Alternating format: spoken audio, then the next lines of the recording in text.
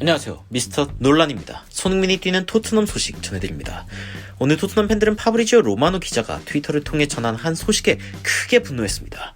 파브리지오 로마노 기자는 트위터를 통해서 토트넘은 포체티노에게 연락하지 않았습니다. 포체티노는 토트넘을 거절한 적이 없습니다. 제대로 대화한 적이 없다는 뜻입니다. 포체티노는 첼시의 프로젝트에 대해 기대 중이고 첼시의 미래를 만들어 나가는데 하루빨리 돌입하고 싶어합니다. 라고 전했고, 토트넘 팬들은 이 소식에 대해 굉장히 분노하는 모습을 보였습니다.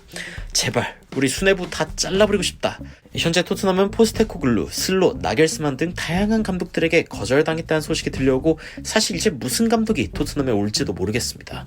하지만 역시 레비 회장이 이런 상황에서도 포체티노를 의뢰하지 않은 가장 큰 이유는 포체티노가 단장 밑에서 일하고 싶어하지 않기 때문입니다.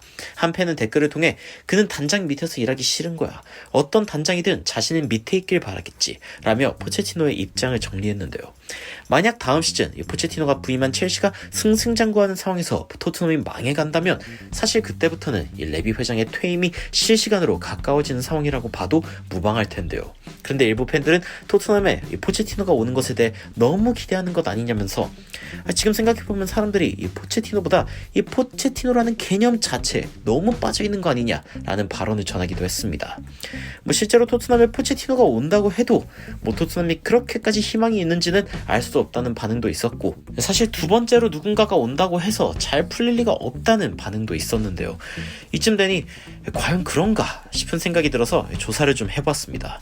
과연 과거에 좋은 기억이 있던 감독을 다시 데려오면 성공을 하기가 어려운가? 당장 떠오르는 감독은 레알 마드리드의 카를로 안첼로티 감독인데요.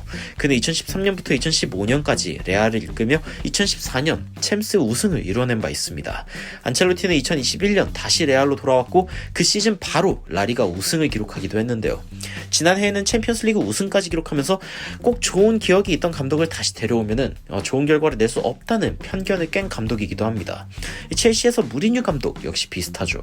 2004년부터 2007년까지 좋은 기록을 써내려간 무리뉴는 두 차례의 리그 우승, EFL컵, FA컵 우승 등 엄청난 업적을 써내려갔는데 2013년에 다시 돌아온 무리뉴 감독은 그 이듬해에 다시 한번 EFL컵과 프리미어리그 우승을 기록하며 첼시에서의 두 번째 시기도 훌륭한 기록을 남겼습니다. 좋은 기억을 갖고 있는 감독을 다시 데려온다는 것이 늘 비극으로 끝나지 않는다는 증거이긴 하지만 물론 스포츠의 승자는 한 팀인 대회에서 성공하기가 힘든 건 사실입니다. 포체티노는 토트넘에서 우승을 한 감독도 아니고 사실 레비 회장이 자신의 영향력이 줄어드는 것을 감수하면서까지 데려오고 싶은 감독은 아니었을 수도 있다는 생각이 들기는 합니다. 수뇌부 입장에서는요. 하지만 토트넘의 가장 큰 착각은 그래도 현재 손흥민과 케인이 있는 토트넘은 여전히 감독들에게 매력적인 선택지라는 생각이 아닌가 싶습니다. 케인과 손흥민은 매력적이죠. 하지만 레비는 아닙니다.